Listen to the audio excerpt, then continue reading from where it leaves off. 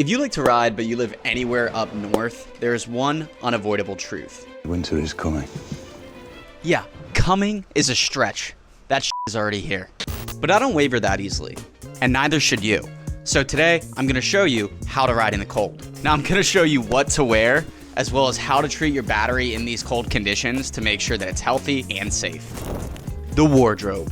I'm building out my riding wear based on stuff that I already own. So we're not buying anything additional for this video. This is stuff that I have at home, and hopefully you have something similar at home too. I will predicate all of this by saying, yes, you could go out and buy some climb gear that has Gore-Tex and super warm, but it's not as thick, so you don't need as many layers, but that costs money. And I am all about trying to stick to a budget. First up is the base layer. I'm rocking a pair of compression shorts as well as a tank top. Long johns would be preferable here, but use what you got. As far as socks go, I'm just literally rocking my Vans socks. I'm just doubling up, so it should be warm enough.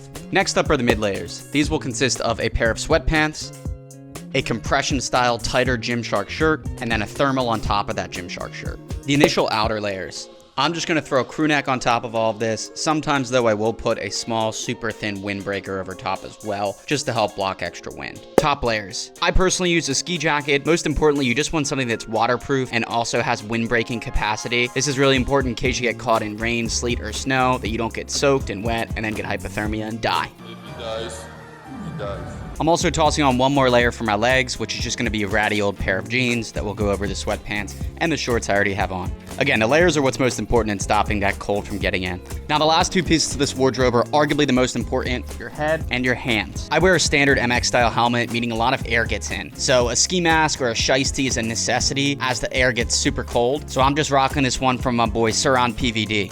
For the hands, with how I ride, I prefer dexterity over comfort. So I still use the same gloves that I'd use in the summer, with one caveat. I put latex gloves under them, as this traps the heat in and keeps your hands way warmer. This is incredibly underrated and a hack that I do not see used frequently enough. We might look like the Michelin Man, we might feel like the Michelin Man, but dude, I'll tell you what, we are freaking prepared to ride. All right, so now that we're prepared for the elements, we're headed to the state capital, Harrisburg, to talk about this bike and batteries in the cold. All right, let's get old girl out.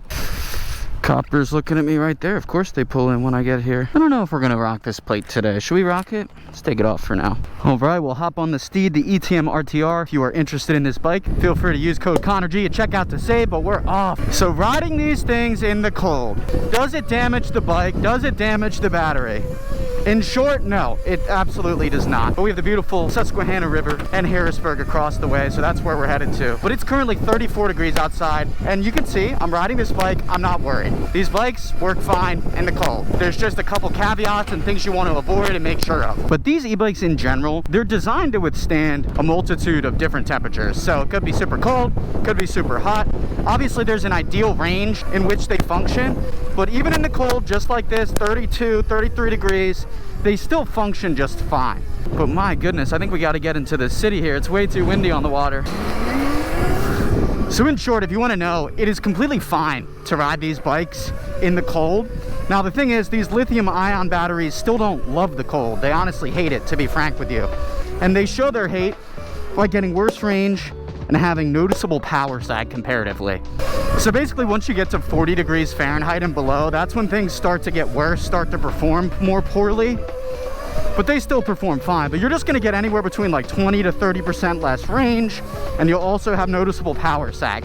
I haven't noticed any of it yet, but now the absolute biggest thing is you should not charge this bike below 32 degrees. This goes for any battery, any e-bike, scooter, unicycle, whatever the hell it is. You should not charge any of it below 32 degrees, as that can damage the cell. Another thing you shouldn't do is you should not run the bike to absolute zero when it's this cold out, as that's also bad for the cells. So, you know, if you notice you're getting low, down to 20, 30%, whatever, just, you know, cool it.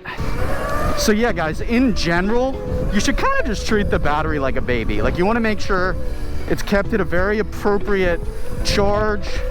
You want to make sure that you store it inside. If you're cold, they're cold. Same goes for batteries. So whenever you're done riding, ideally the battery is removable from the bike, so you can just pop it out and bring it in the house. If it's not, hopefully you can bring the whole bike or scooter or whatever in the house. What's going on here? It is Black Friday today, so I'm sure it's kind of crazy.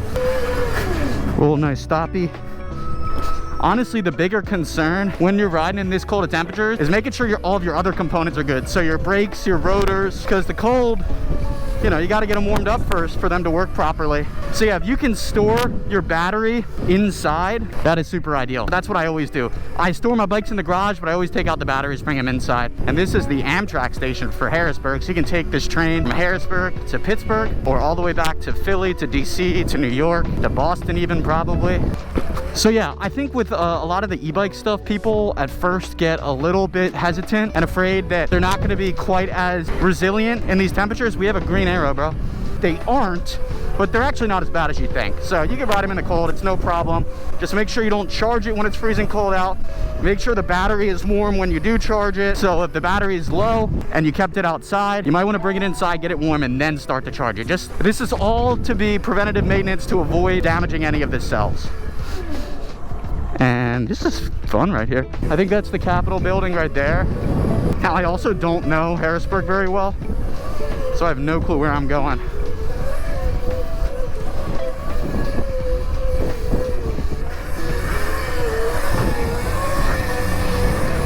Stand-ups! Here's the front view of the building, I guess. Capitol Police. So guys, to summarize, riding in the cold.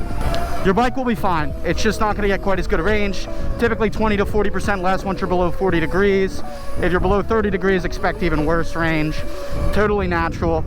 Wanna make sure you take good care of the battery. Make sure it's warmed up before you charge it. Don't charge it in the freezing cold, because that's also a bad idea. And yeah, otherwise just dress warm enough to ride. And one thing I'll touch on is I am still plenty warm. Haven't gotten too cold yet, can still feel my fingers just fine, still feel my feet just fine, toes, I got double socks, so yeah, we're chilling. It's really not that hard to ride in the cold, and honestly, like I love the feeling. I mean, I hate the cold, don't get me wrong, but I love the feeling when it's super duper cold out, but you're like all dressed up, all bundled up, so you don't feel cold. It's a cool sensation. Whoa! Now guys, one other thing to pay close attention to when you're riding in the cold like this is definitely your tire pressure. Oh my god, and my front is so low.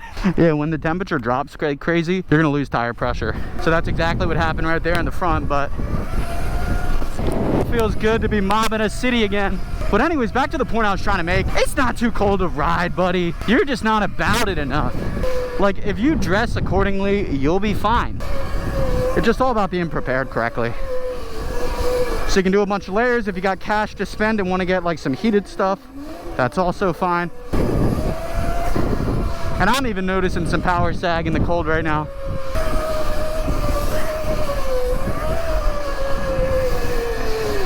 Just transition onto the path here.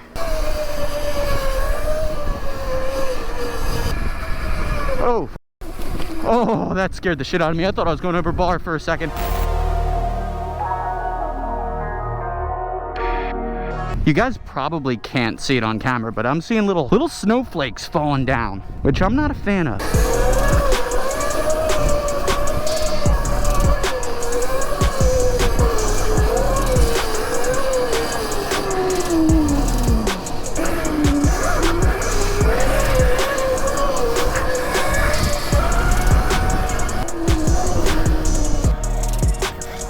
Nothing like circling right in front of the Pennsylvania DOT.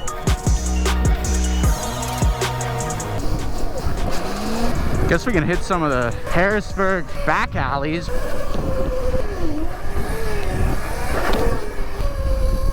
Guys, I am literally sweating in my midsection right now. That's how effective this clothing is. But yeah, here you go, into downtown Harrisburg. Take it all in.